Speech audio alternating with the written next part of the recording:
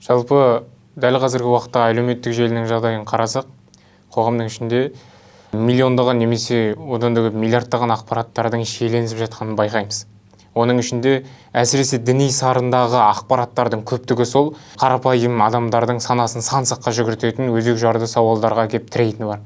Оның ішінде көп адамның көңілінде үрейлі орын алған ол жат ағымдар жайлы ақпараттардың және жат ағымға еріп кетуі дейтін үлкен осы уақыттың заманның қасіреті болып тұрған нәрсе бар.